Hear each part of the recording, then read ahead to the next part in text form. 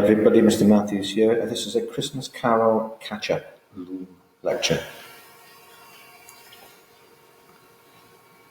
So, a lot of school has been missed for obvious reasons.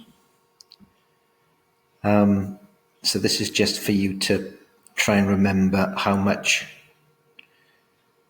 you studied on a Christmas Carol before the period when you haven't been in school.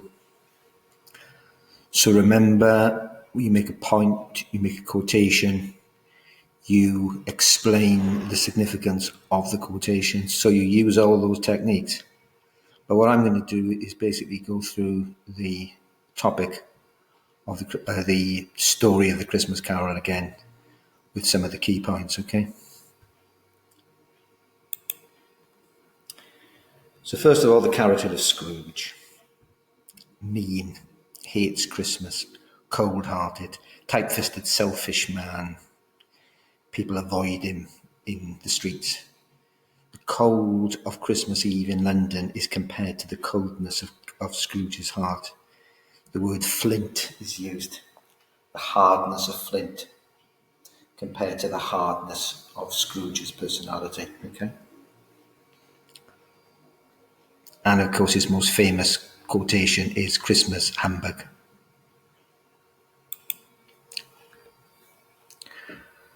When he's coming back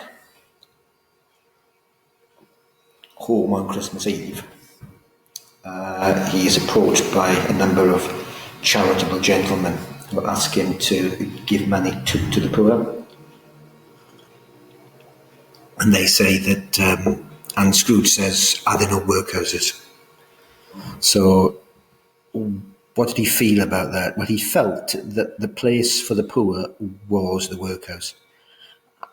And workhouses were harsh places.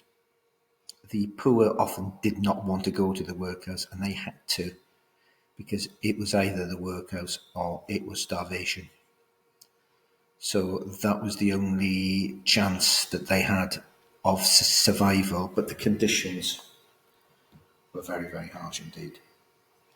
They were separated, male and female. If you were a father, you lost control of your children because they were put in a different part of the workhouse. The food was very basic and they were often extremely hungry. And of course, Charles Dickens had already made a point about workhouses in his novel Oliver Twist, which was written sometime, we'd say 5 years before Christmas Carol, or maybe 6 years before Christmas Carol. So he was already somebody who was well known for his attack upon the workhouse system.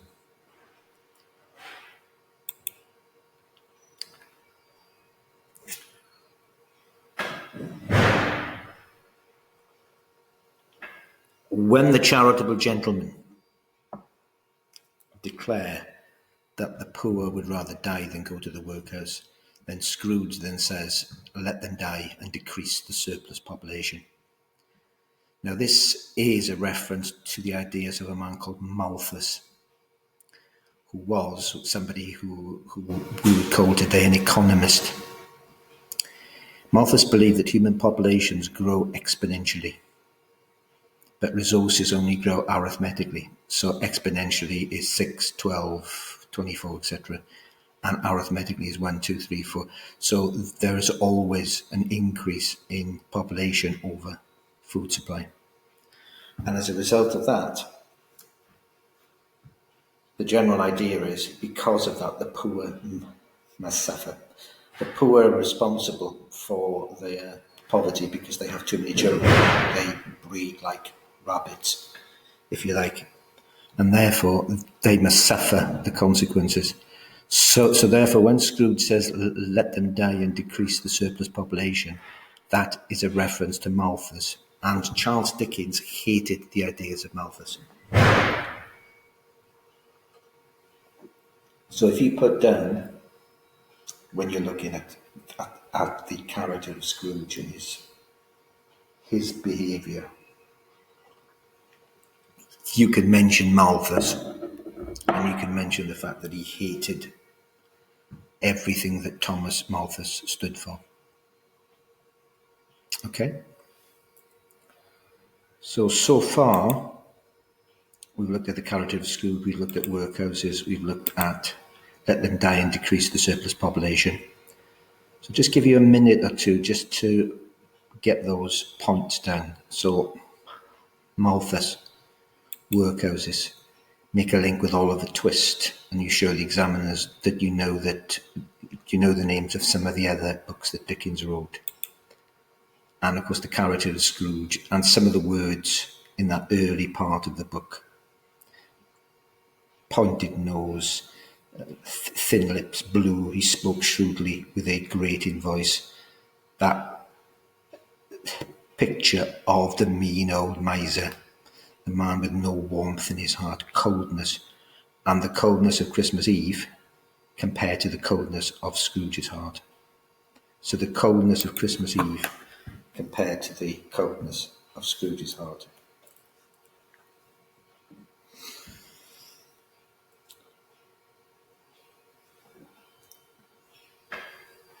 Next thing I'm going to look at is Scrooge and his nephew, whose name, of course, was Fred.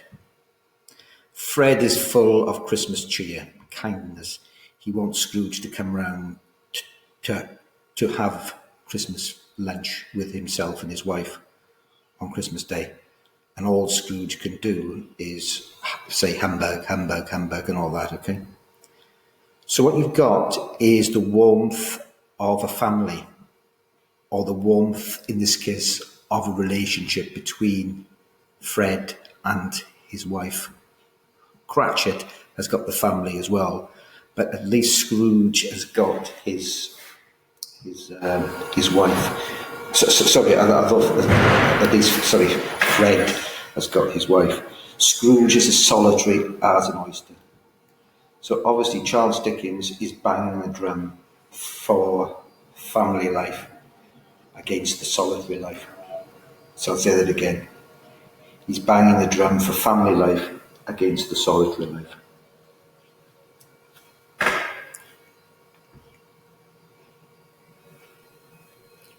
The other thing that is significant about the exchange between Scrooge and his nephew is the way that Scrooge is very dismissive of Fred's wife because she didn't bring much money to the marriage. Scrooge is obsessed with money and only with money. That's all he thinks matters in life. And even in something like marriage, he doesn't consider that people should marry for love, but only for money. So he can only make the point about the importance of money compared to the importance of love. Love is of no significance. Money is of every significance.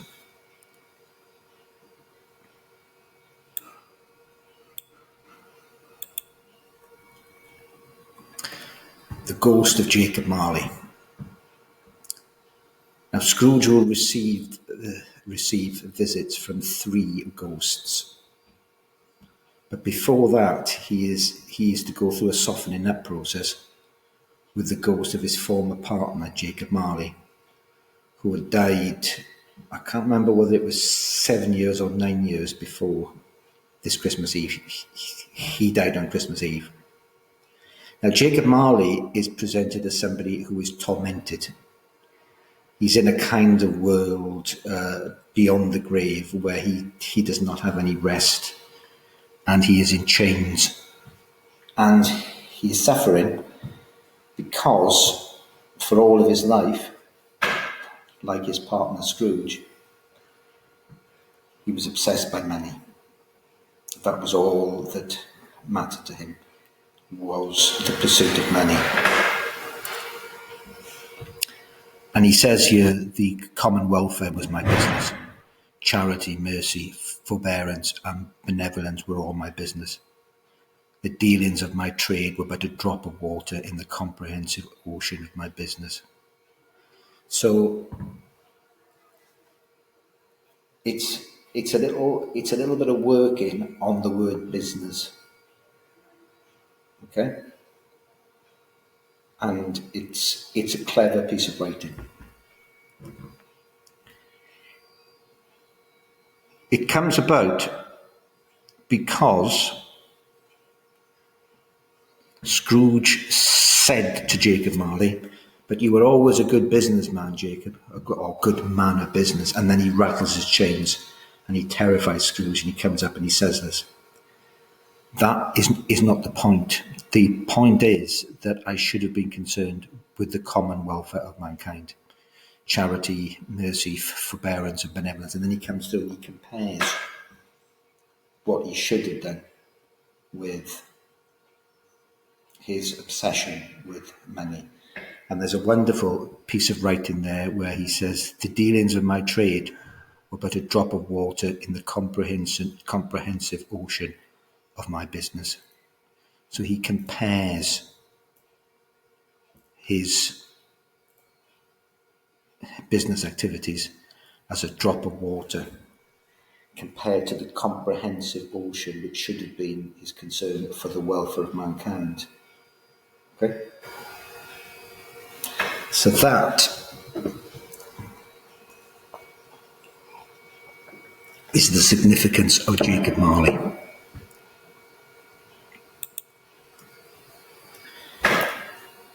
Then we have the first ghost, the ghost of Christmas past. Who's past? The ghost says, "You are past." And in the book, the ghost is presented as a kind of fairy-like figure, brightly illumined, as you can see there.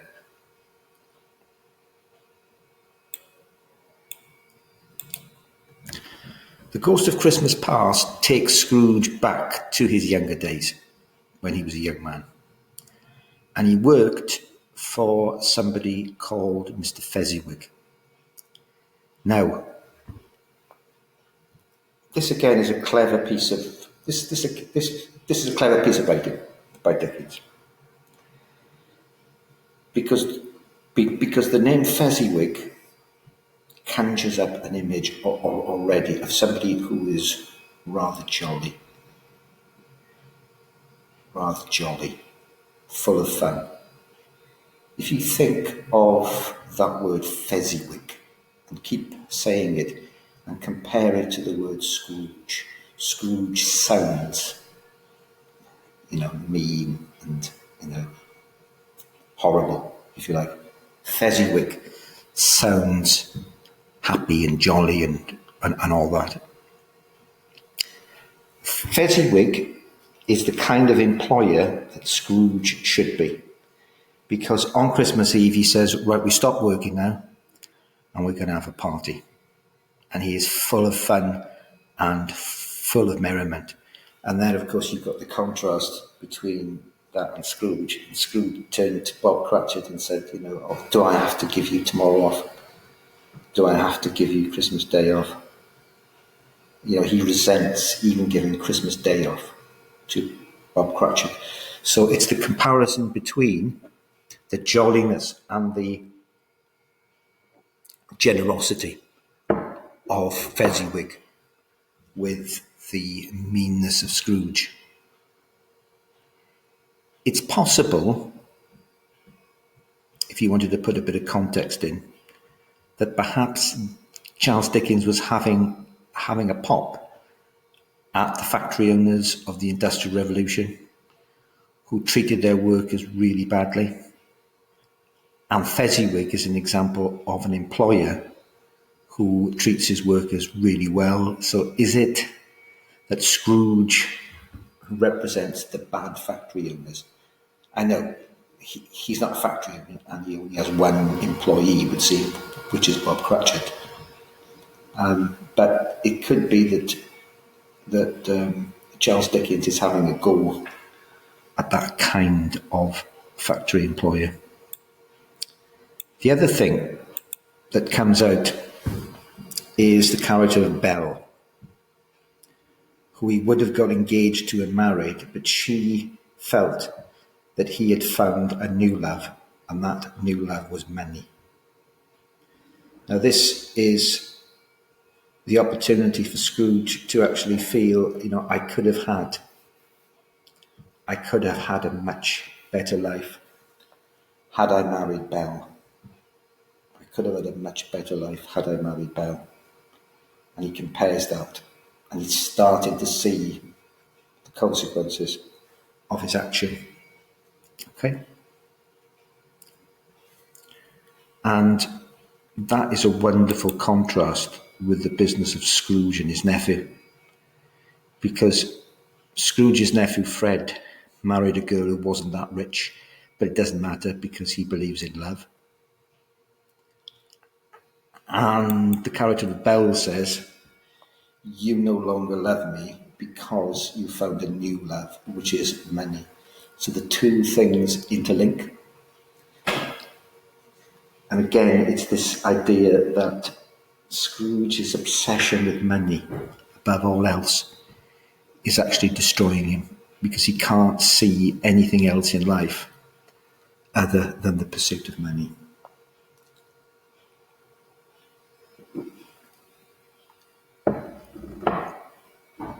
Okay. We move on now to the Ghost of Christmas Present. If the Ghost of Christmas Past is represented by a kind of fairy-like figure, the Ghost of Christmas Present is a jolly figure, a bit like Fezziwig in a way, a supernatural version of Fezziwig with beard and long hair and all the Christmas decorations around him. One other thing, both Fezziwig and the Ghost of Christmas Present are represented by people who are quite large, whereas Scrooge is very thin. He doesn't spend very much on himself. He doesn't eat very much, and therefore there's a contrast there. Now, coming back to the thing about family life. Now, sometimes they do ask you questions about how does Dickens portray family life in Christmas Carol. And you can talk about the Cratchit's Christmas dinner. They are poor, or relatively poor, the Cratchits. They don't have huge amounts of money. But they can use what they have to enjoy themselves. They are happy with what they've got. Scrooge, by contrast, has huge amounts of money, but he doesn't do anything with it. He just basically saves it up. And he is, of course, a miser. So it's the idea that the most important thing in life is love, companionship, and that is represented by the Cratchit's Christmas dinner. And again, then you can make the link, can you not, with the fact that Scrooge's nephew invited him to Christmas dinner, so he's going to enjoy himself. And so do the Cratchits enjoy themselves.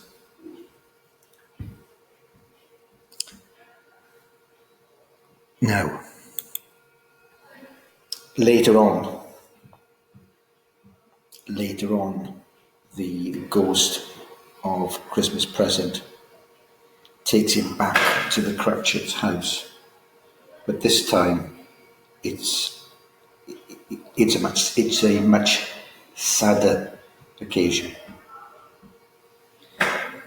because there is an empty chair by the chimney corner where normally Tiny Tim will sit at that chair. And Scrooge begins to add up, puts two and two together, and realises that the reason for that is that Tiny Tim has died. Now this is classic example of where Dickens, as a Victorian, presents sentimentality. The Victorians were famous for their sentimentality, and the idea of a little child dying and so forth is so horrible, and it kind of affects our heartstrings, because you think of poor Tiny Tim there, He's so sweet, and he's so gentle and so loving, but because of his disabilities, and because the Cratchits are not paid that, because Bob Cratchit is not paid that much by Scrooge, they're not able to get a doctor to save his life. And therefore, Tiny Tim is gone. And Scrooge is absolutely appalled by this. And then what happens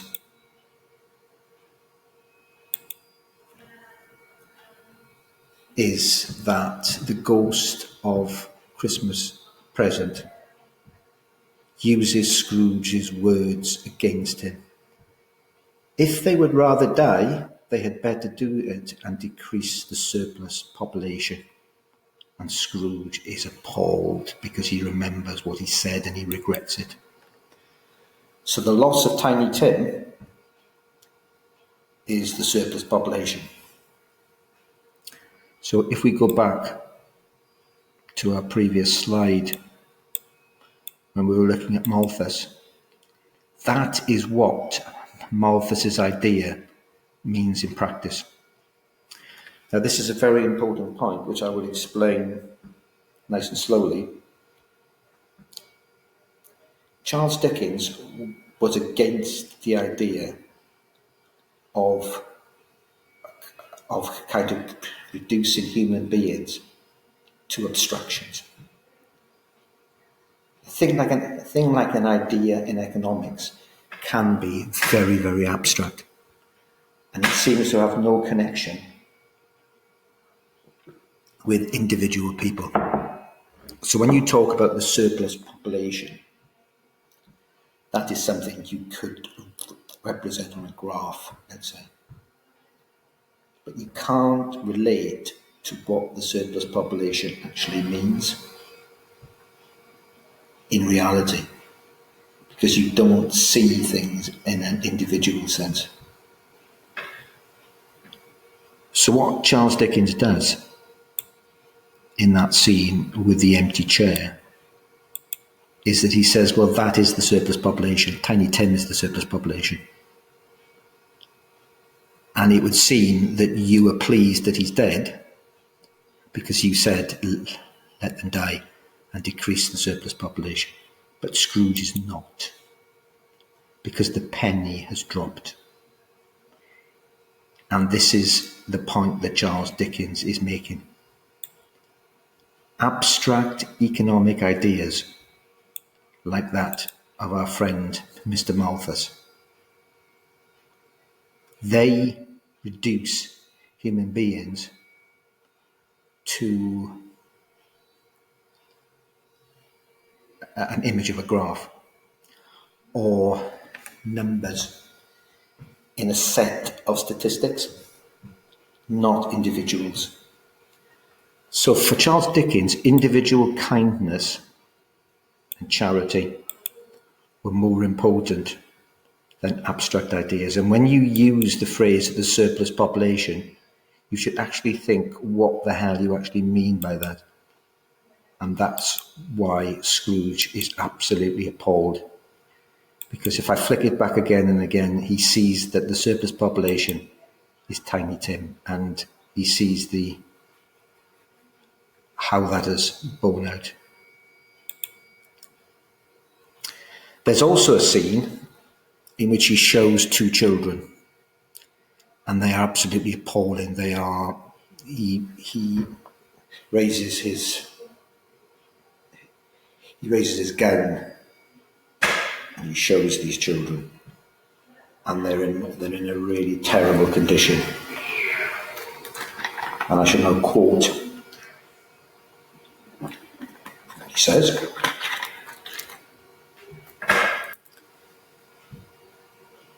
Scrooge says, who are these? Who are these children? Who are they? Why do they look so wild?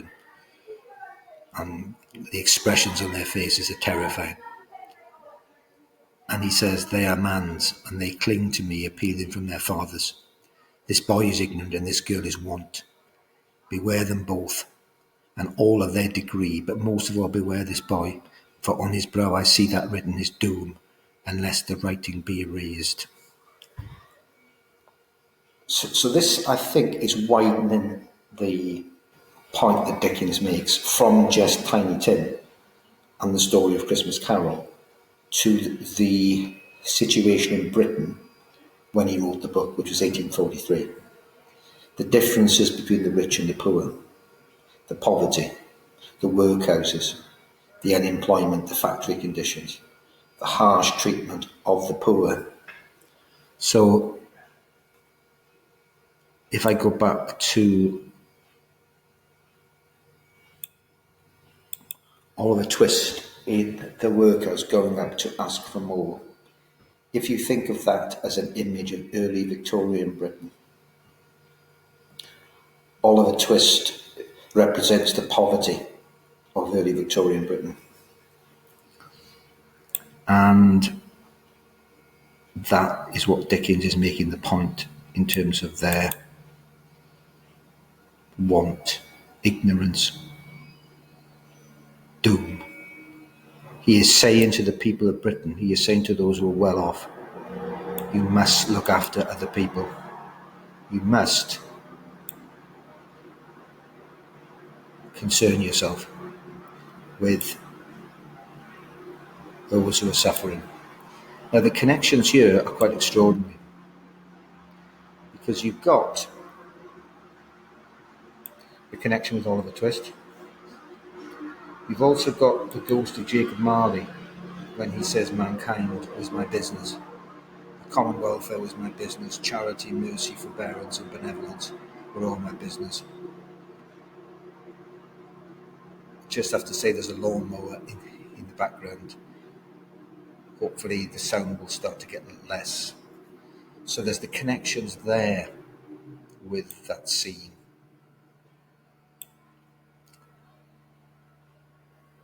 About ignorance and want, okay? Okay, so now we come to the final visitation of Scrooge.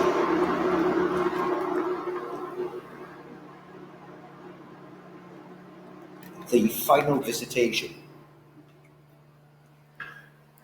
is the ghost of Christmas yet to come. Now the first ghost, the ghost of Christmas past, is a fairy-like figure. The second ghost is a jolly, Christmassy-like figure. He looks a bit like Father Christmas, if you like. But the ghost of Christmas yet to come is by far the most frightening of the ghosts, because you cannot see his face. He's only got a cloak, or it has only got a cloak, because we don't know which gender. And the thing is, the arm stretched out, pointing to what will happen if Scrooge does not change his ways. So the result of this is that he shows the death of Scrooge. He builds it up. He shows that people who knew Scrooge are not concerned at all that he's dead. There's no sympathy, there's no sorrow for this figure of Scrooge. But he doesn't say that it is Scrooge who's died. Scrooge has got to work that out for himself. And the final bit is where he takes him to the graveyard on a cold winter's night. There's snow everywhere. And he wipes away the snow from a grave which the ghost of Christmas yet to come has brought him to. And of course then he sees that it is Ebenezer Scrooge. This is his fate, and this is the final warning if he doesn't change his ways. And of course then he wakes up, and it's Christmas morning, and he's a changed man. That's the great actor Alistair Sim, who was a famous figure in the history of films that have been made about the Christmas Carol. So many films obviously have been made over the years, and he's always considered to be one of the best actors who portrayed Scrooge on screen. And you can see there the old Scrooge, humbug and flinty and all that, and the new Scrooge with a broad smile. And then you've got Scrooge's generosity. He's going to look after Bob Cratchit. He goes to visit his nephew. He gives money to the poor. He becomes a philanthropist. Now, you're all sure what kindness means, and Charles Dickens obviously believed in kindness. The word philanthropy might not be so familiar, so let's do a little check as to what philanthropy means. The word philanthropy means love of man. So it's showing love, but it's showing it in a practical sense of actually giving. Give a man a fish, you feed him for a day. Teach a man to fish, and you feed him for a lifetime. Philanthropy can be regarded as the best way of contributing something to the society. And you've got the little boy on the right-hand side, that's presumably is the blood donors. Thanks for your donation. Thanks for being kind. Thanks for helping. Thanks for being a philanthropist. And philanthropy is the idea of really doing as much good as you can for your fellow man. And that's what Dickens believed. This is a quotation from Dickens, which I think you should put down. No one is useless in this world who lightens the burdens of another. Now, Charles Dickens wrote A Christmas Carol because he wanted to change the society in Britain.